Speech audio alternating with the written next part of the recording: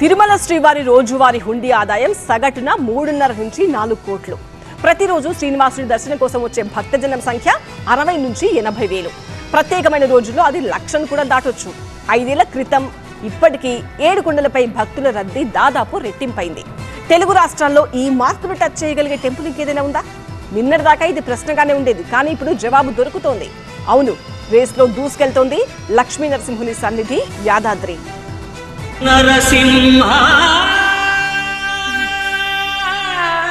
తిరుమల వెంకన్న దారిలో యాదాద్రి నరసన్న. లక్ష్మీ నరసింహ. అవును, తెలంగాణ తిరుమల అంటే చిలుకూరు బాలాజీ అని, బాన్సువాడ దగ్గరున్న తిమ్మాపూర్ వెంకటేశ్వర ఆలయమని ఓ విశ్వాసముంది. కానీ లెక్కాపత్రం చూస్తే భక్తుల ఆదరణ విషయంలో తిరుమల శ్రీవారి క్షేత్రంతో పోటీ పడుతూ దూసుకువెళ్తోంది యాదాద్రి లక్ష్మీ నరసింహుని సన్నిధి. 1300 కోట్లతో యాదాద్రిని ఆధునీకరించిన గత ప్రభుత్వం తిరుమల తిరుపతి తరహాలో అభివృద్ధి చేయాలని సంకల్పం తీసుకుంది.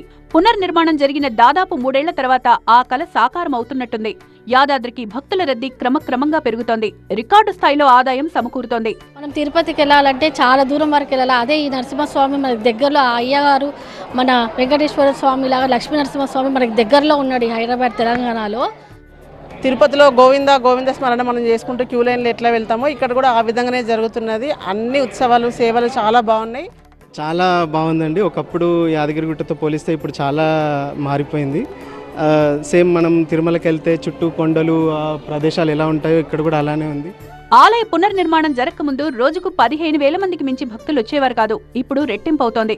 రోజుకు సగటున 30 నుంచి 50,000 మంది వరకు వస్తున్నారు.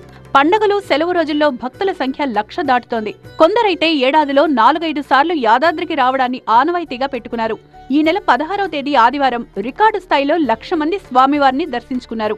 అదే రోజు తిరుమలకొచ్చిన యాత్రికుల సంఖ్య 75,000. వెంకటాద్రికి యాదాద్రికి మధ్య దూరం తగ్గుతోంది అనడానికి ఇంతకంటే సాక్ష్యం ఇంకేం కావాలి? తిరుమల స్థాయిలో కూడా మనకి ఇక్కడ భక్తులు రావడం మనం చాలా క్లియర్గా గమనించడం జరిగింది. ముఖ్యంగా ఈ కార్తీక మాసంలో అయితే సుమారు 25 నుండి 30 లక్షల వరకు భక్తులు వచ్చారు. మాకున్న హెడ్ కౌంటే 22 లక్షలు కనబడింది. బట్ అవి హెడ్ కౌంట్ నుండి మినహాయింపు కూడా చాలా వరకు 3-4 లక్షల మంది హెడ్ కౌంట్లో ఒక రారు సైడ్ నుండి వెళ్ళిపోతుంటారు.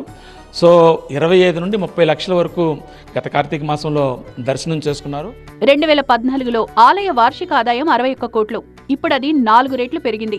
టిక్కెట్లు, సత్యనారాయణ స్వామి వ్రతాలు, నిత్య పూజలు, లడ్డూలు, కళ్యాణోత్సవాలు, హుండీ సేకరణ, విరాళాలు, ఫిక్స్డ్ డిపాజిట్లు అన్నీ కలిపి యాదాద్రి రెవెన్యూ రికార్డుల్ని బద్దలు కొడుతోంది.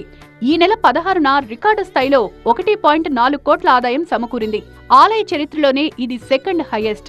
గతేడాది కార్తీక మాసంలో నవంబర్ 19న 1.16 కోట్ల ఆదాయంతో చరిత్ర సృష్టించింది. తిరుమలకు టీటీడీ తరహాలో యాదాద్రికి కూడా ప్రత్యేక బోర్డు ఏర్పాటు చేయాలని సంకల్పిస్తోంది తెలంగాణ సర్కార్. ఎస్కలేటర్లు, స్వచ్ఛమైన తాగునీటి ప్లాంట్లు, 3 అంతస్తుల క్యూ కాంప్లెక్స్ లో ఏసీలు, భక్తులకు సకల సౌకర్యాలు మెరుగుపడ్డంతో భక్తిభావం కూడా పెరుగుతోంది. రాబోయే రోజుల్లో భక్తుల రద్దీతో పాటు ఆదాయం మరింత పెరిగే అవకాశం ఉంది. తిరుమలకు సమౌజ్జీగా మారినా ఆశ్చర్యం లేదేమో.